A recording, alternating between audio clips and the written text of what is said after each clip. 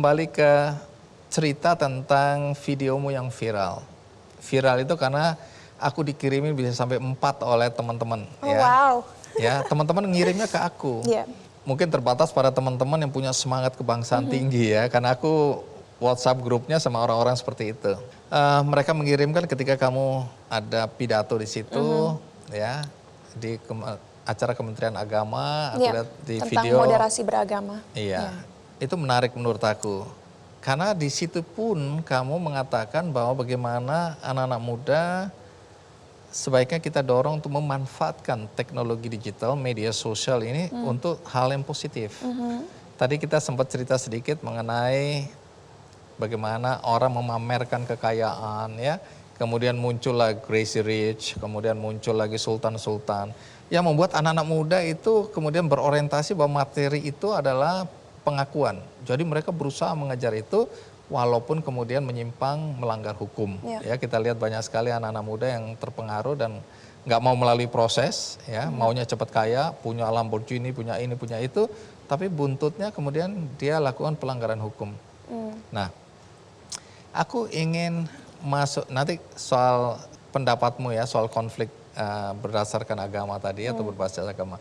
Soal pemanfaatan media sosial, ya, kamu bilang harus dimanfaatkan secara positif. Aku lihat Cinta Laura juga sekarang aktif ya, ada 2 akunmu kalau nggak salah yang cukup menonjol ya. Aku nggak tahu cara bacanya nih, aku Puala ID. Yes. Terus satu lagi ya Cinta Laura Kiel, CLK itu ya. Nah, kalau bicara mengenai pemanfaatan media sosial, lalu tujuanmu apa dengan punya 2 akun ini? Atau lebih dari 2 akun? Ini kita berbicara spesifik YouTube ya. Kenapa aku memiliki 2 account? Karena kalau yang Cinta Laura Kiel ini memang untuk personal branding.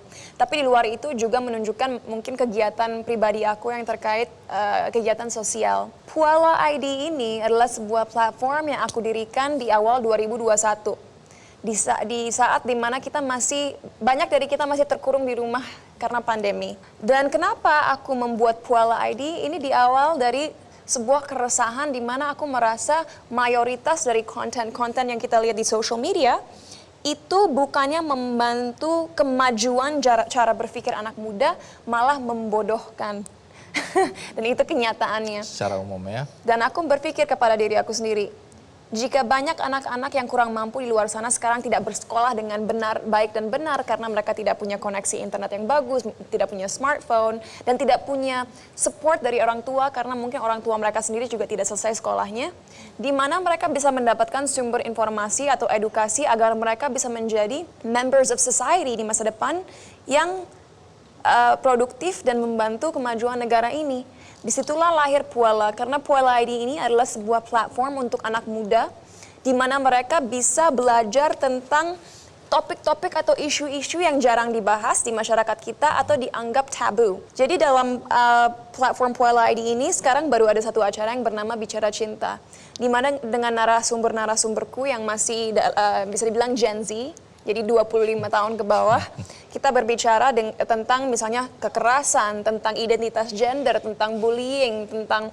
quarter life crisis, tentang eating disorders, tentang peran perempuan dalam masyarakat, tentang bagaimana bangkit dari kematian orang terdekat, bagaimana rasanya tumbuh besar dalam keluarga yang tidak utuh, dalam arti orang tua sudah bercerai. We talk about all these things tapi dengan cara yang tidak menghakimi, tidak mendikte, sehingga anak muda yang nonton merasa mereka hanya menonton sebuah obrolan yang light, tapi dari situ mereka belajari values yang bisa mereka gunakan seumur hidup mereka.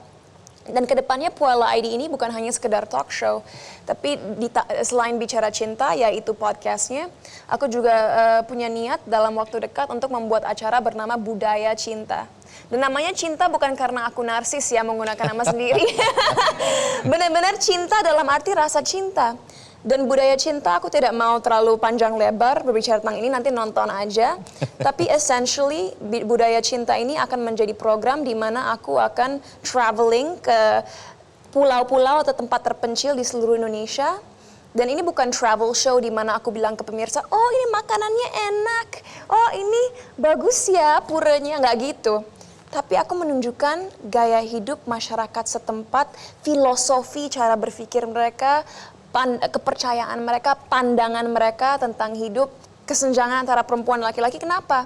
Satu, untuk membuat orang Indonesia, apalagi generasi muda, sadar akan budaya mereka sendiri. To be honest, mungkin banyak dari kita taat agama, tapi kita sudah melupakan budaya kita sendiri. And that's the truth. Itu pertama, agar anak muda mempunyai rasa bangga akan budaya mereka sendiri. Kedua, juga menghilangkan persepsi aku dan mereka. Karena jujur, masih banyak sekali orang Indonesia, misalnya suku ini merasa bahwa suku itu bukan orang Indonesia, suku itu beda dengan suku itu. Padahal negara kita terdiri dari berbagai kepercayaan, berbagai budaya, berbagai ras. Dan kita seharusnya mengembrace itu.